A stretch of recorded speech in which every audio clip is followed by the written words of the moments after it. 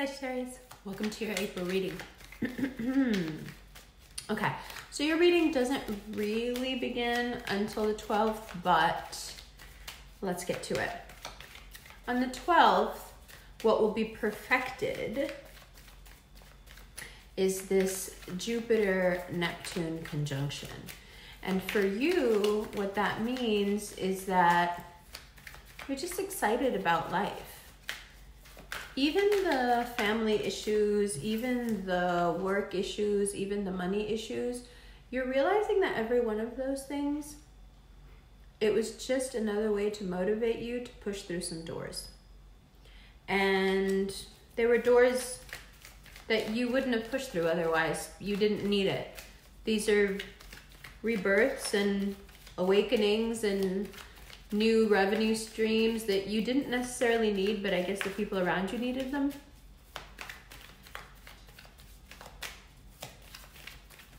And you don't have a problem working hard. You don't have a problem providing for everyone around you. You don't have a problem with success or ambition or imposter syndrome or any of those things. You know you can do it, and you can work and make the money and do the thing and climb to the top if you need to. Generally, it's the motivation that you need to do it. You lack the motivation because for you, it's like all very arbitrary. You know, there are larger themes that you care about, be it art and philosophy or God and goodness or all of them. Your life, we're going on third major arcana here. Your life isn't so much about feeding your ego as it is about fulfilling your purpose. So there are many opportunities that you don't take and many doors that you don't push open because you feel contented in those ways and you don't need it. But when people around you lean on you and when circumstances push you to do it, you do it better than anyone. Just don't let it feed your ego. You don't need it. That's not why you're doing it. That's not your motivation. So don't let it creep in there because you know how ego can be. Now you may find also with this strength card here, you may find that people are a little too much in your business, paying a little too much attention to you, asking too much perhaps about your sex life. There's a lot of inappropriate questions, a lot of people crossing boundaries they shouldn't, and they're doing it with such ease that it's confusing. Like, I'm sorry, did you just really ask me that? Why are you asking me that? Do we know each other that well? The liberties that people take with you because you're friendly, because you're loquacious, because you like being social. The way that people traverse your boundaries is insane. But, you know, with a smile, you usually put them back in their place. Just get ready for the questions. And if you don't feel like justifying yourself to somebody, especially if you're not with someone and they're asking you questions about your sexual life, nip that in the bud before it turns into a problem. Now, Mercury. Mercury is going to help you push these new doors open. But between the 23rd and the 24th of April, there's nothing doing. There's just stubbornness and an unwillingness to cooperate on anything, to talk to anyone, to negotiate. And that means that on those days you should do nothing because your stubbornness is at an all-time high and you're just not, you're not operating from a smart place. You're probably operating from a place of insecurity and it's temporary. The 23rd, 24th, it's not you, it's just temporary, it's a transit, and then you'll be fine, and then you can move forward in a way that's very positive and you'll feel yourself reset. Around the 25th, 26th, you're like, oh right, yeah, my road is always going to be there. I'm never off my road. I don't know what I was thinking. I'm fine. You get past it really quickly.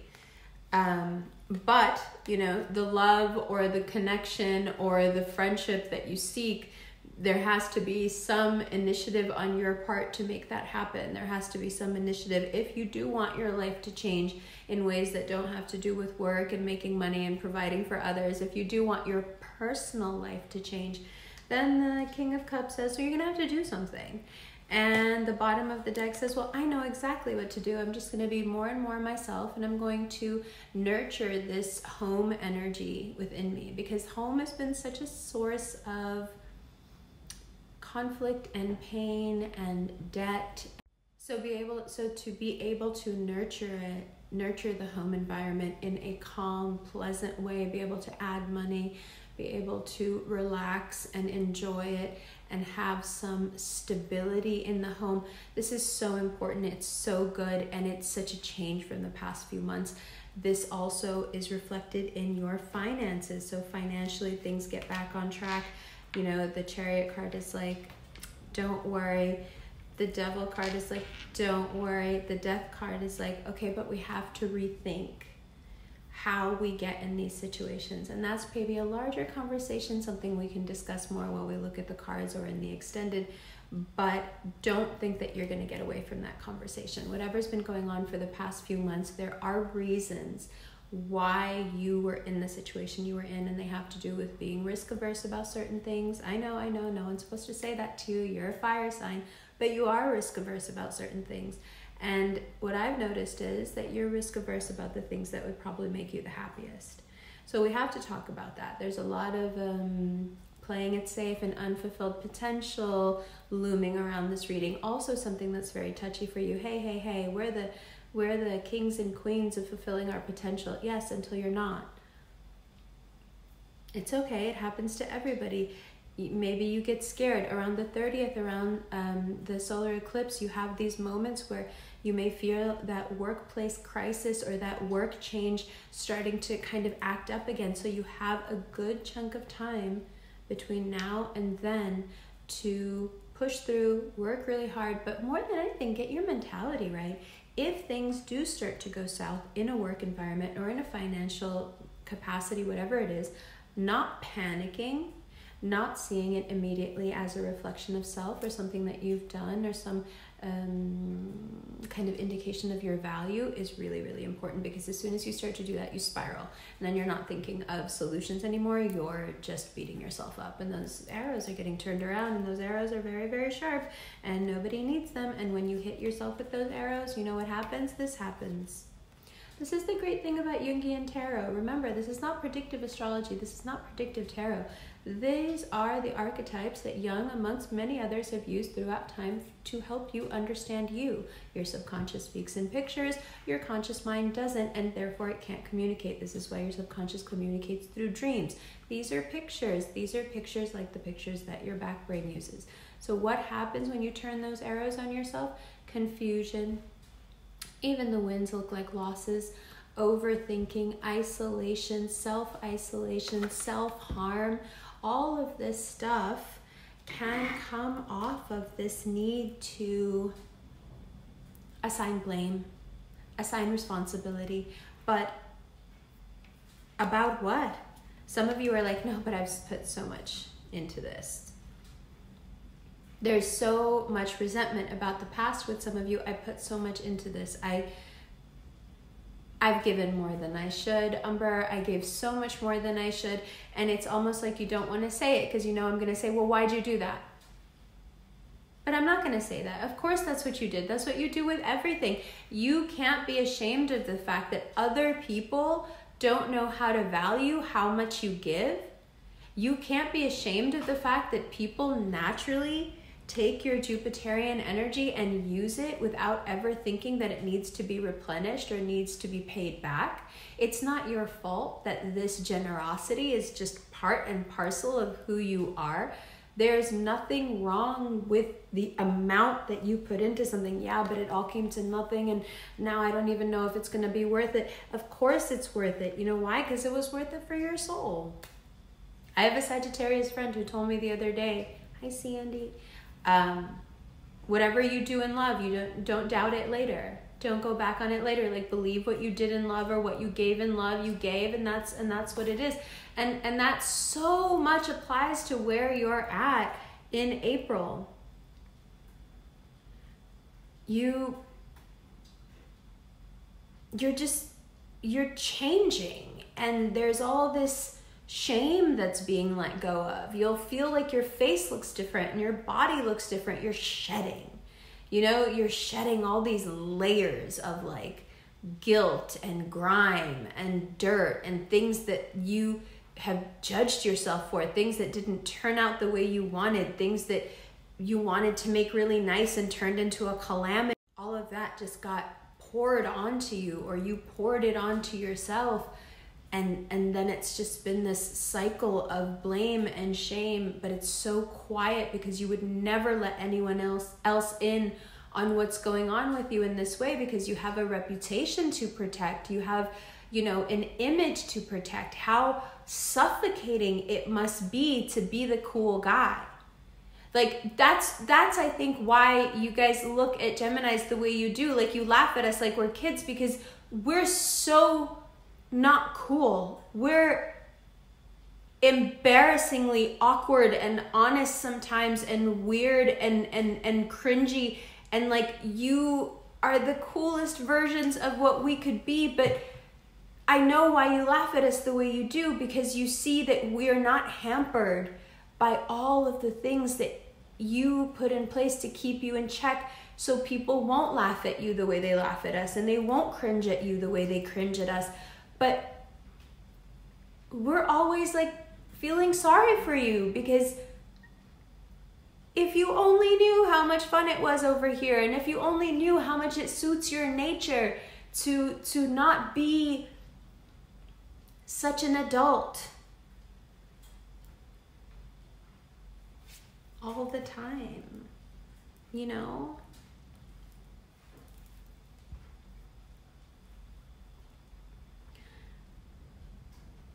There is a wave coming, and it cleans away so much of what you think you've done wrong, where you think you gave too much, or you didn't get the security you needed, or you weren't smart enough, or, whatever it was taken from you. The wave that's coming washes all this regret and all this judgment and all this stuff away. It even washes away the financial losses as a big, big windfall, inshallah, comes in, probably around late May. But you gotta get into the mindset now. There are so many ways that your past can haunt you, but if you decide that you won't judge yourself, and if you decide that you are worthy of love and that you have inherent value, then the past can come back all at once. There's nothing to be ashamed of. Like she said, if you did it in love, trust that. I love you so much. Let's look at these cards.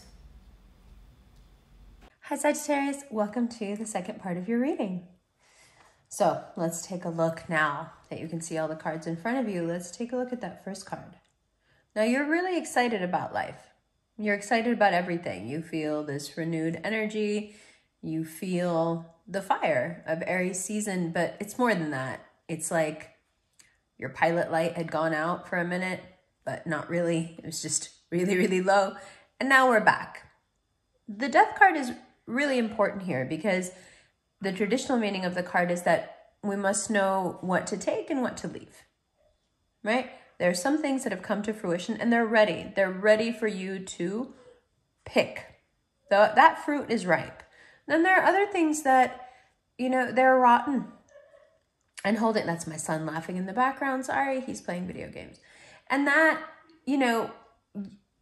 being able to discern what's rotten and what needs to be thrown out is really important as well, because as we know, rot is contagious, right? So this first card is really heavy in that it puts a lot of responsibility on you. Yes, you have this fervor for life back. You're feeling very energetic. You're feeling strong, There are some pressures put on your back that make you really excel and perform. Oh, I need to make more money because of my family. I need to make more money because of inflation. I need to make more money because XYZ. Okay, got it. And it gives you that little bit of spark that you needed to really get that fire going. Now, okay, so you've got it. And that part is clear. The Double's like, okay, the financial part, we know what set you off. We know where we're going. We know what the goal is. We can do it, no issue.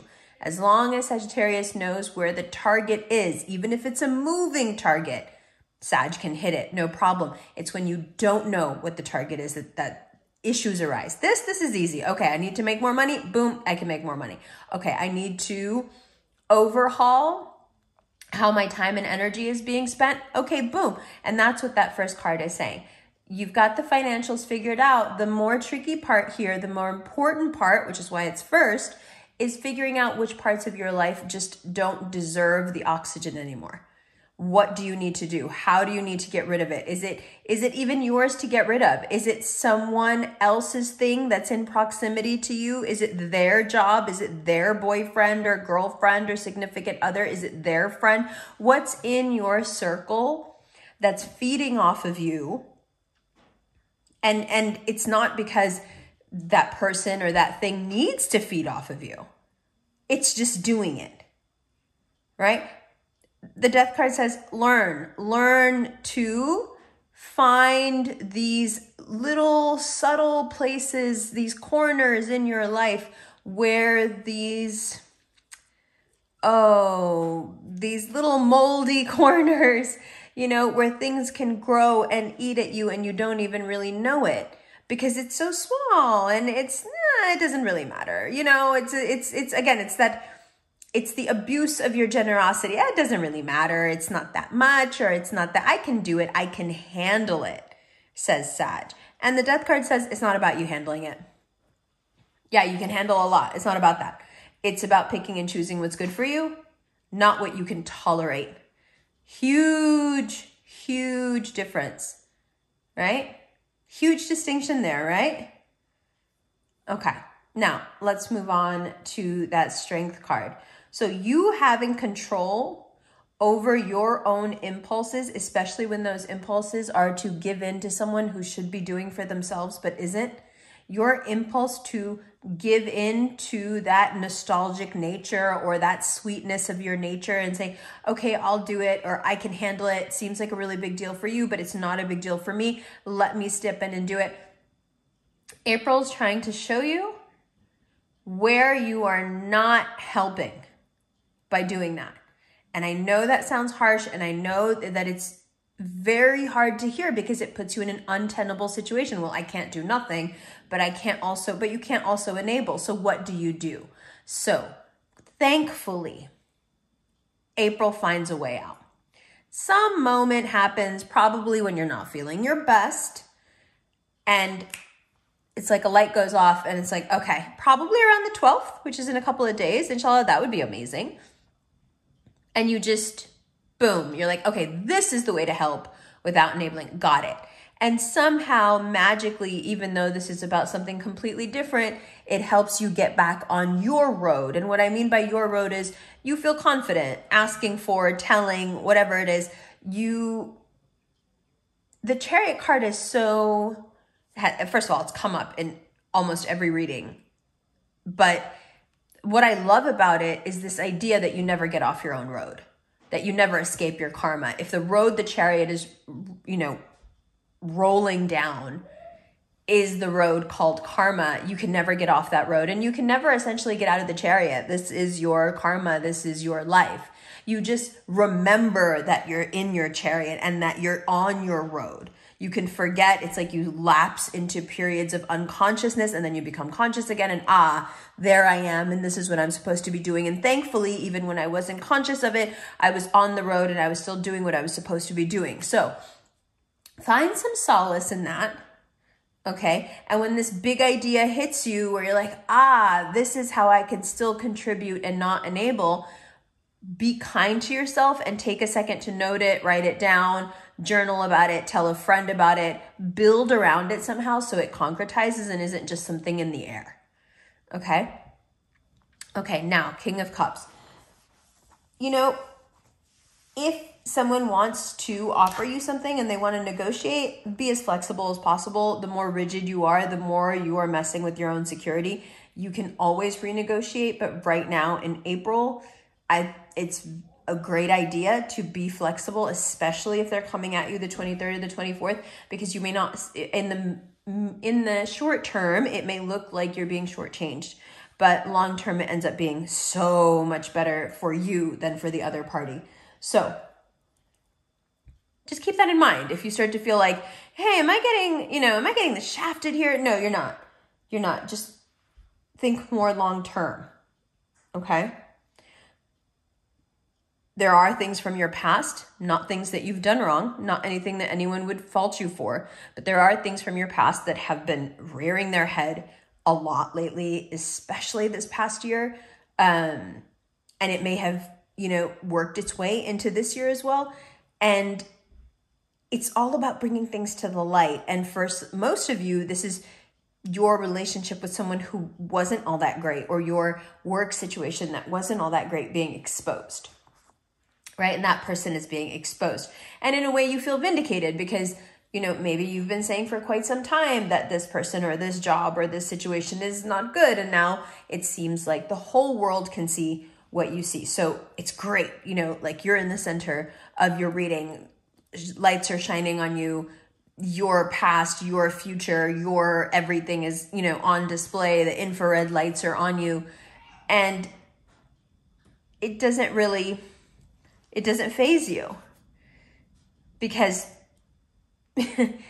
because whatever it is that comes to light, it's something either you're already know about or you're comfortable with. Now, for those of you who have a bit of a scandalous life or a more secretive life, or perhaps sexually a more secretive life, you guys need to be a little more careful. If it's something that you're hiding, it's very easy during these transits to feel exposed, to have, through some fluke or something, have your secrets come out. So whatever that means in the internet age, clear your browser history, I guess. Not that I'm an advocate of porn at all in any way, shape, or form, but I'm just saying, whatever you're doing, clean it up if you don't want anyone to see it, because it's very easy when you're in this spotlight naturally to become overexposed. Okay. Now,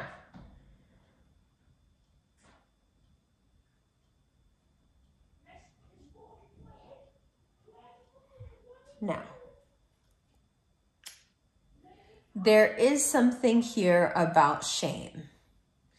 And I'm pausing just because I'm trying to figure out exactly how I want to phrase it. It's not necessarily anything that you're doing wrong. It's stuff that's happened. It's the past. It's the way you've been treated. It seems like years of trauma or pain or sublimated events where you felt really unsafe, where you felt really neglected. They're all kind of congealing and coming up as this thing. And it wants, like, it's shame. There's such a shame to it. Like somehow it was your fault, but it wasn't your fault at all. So there's all this like, you've been carrying all this shame about it. Like somehow you're supposed to hide it or no one's supposed to know because that somehow looks bad for you. And in April, you have these little moments, these epiphany moments, right? Where you can see through this facade and you're like, no, like actually that stuff, I've been carrying all this shame about it, but it wasn't mine to carry. I didn't do anything in that situation. If anything, I was neglected.